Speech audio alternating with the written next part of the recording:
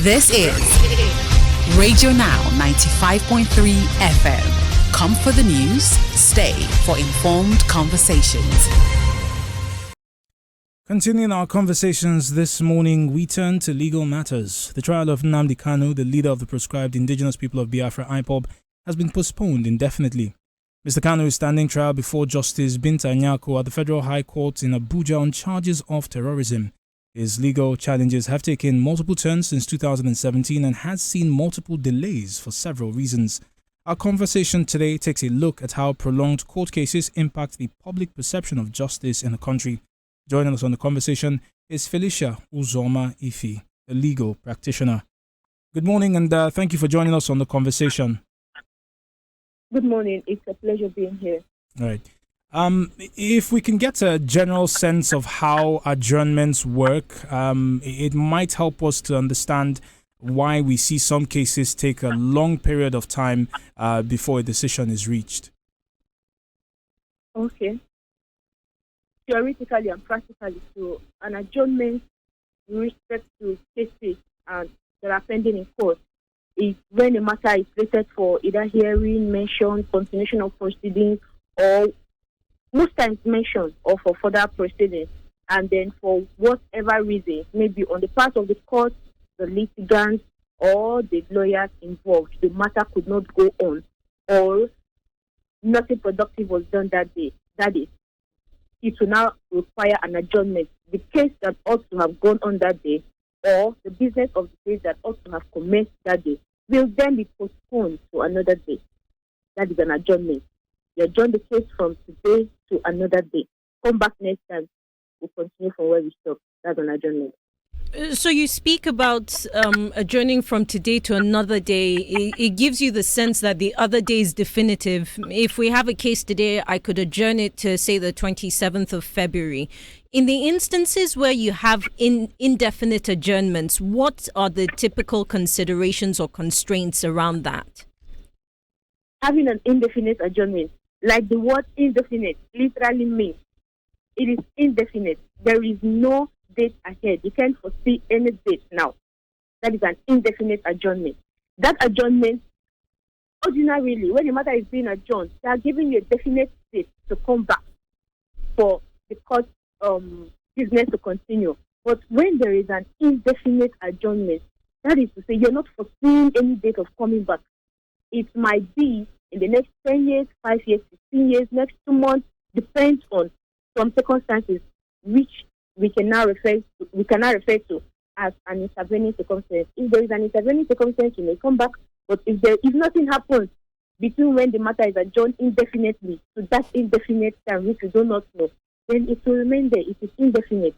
It's not coming back to the court list anytime unless something happens that will bring it back. If I may, can you give us an example, whether in a previous case or any situation, an example of what an intervening circumstance could be?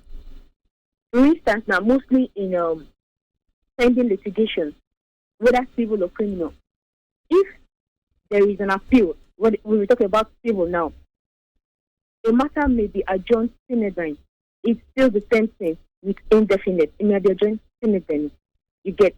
So, a counsel might bring an application for the matter that was adjourned sine die to be brought back to the court list.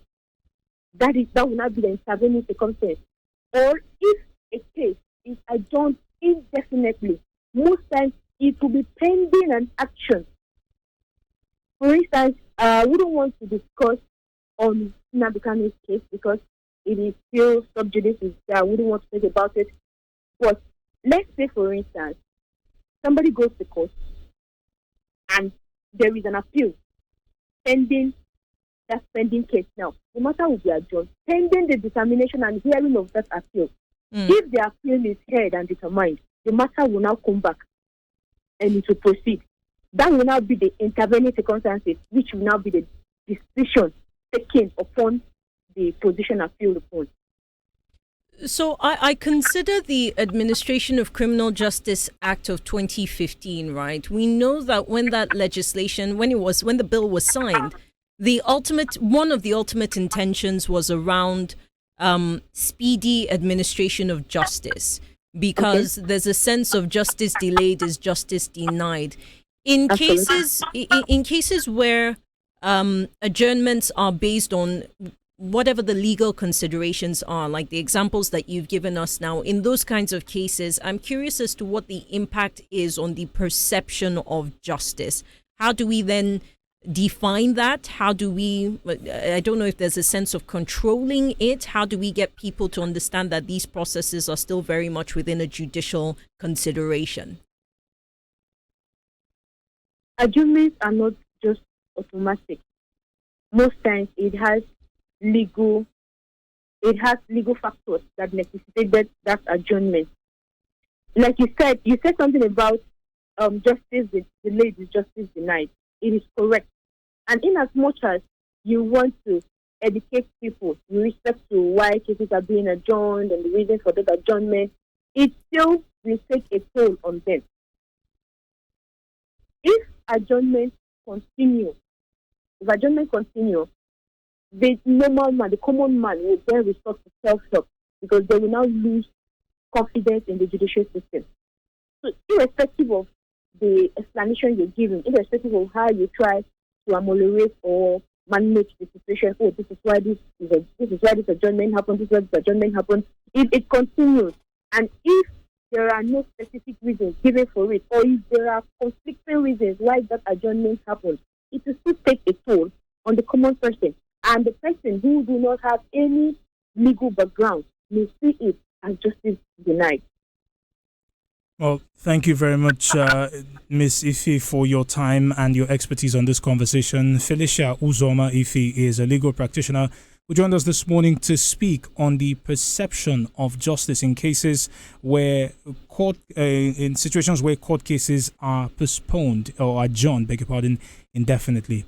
You're still on to Radio Now 95.3 FM Lagos, your Beyond the News station. We urge you to stay tuned to us. In a few short moments, we'll be taking a look at the cost of food items in the markets on Naira and Kobo.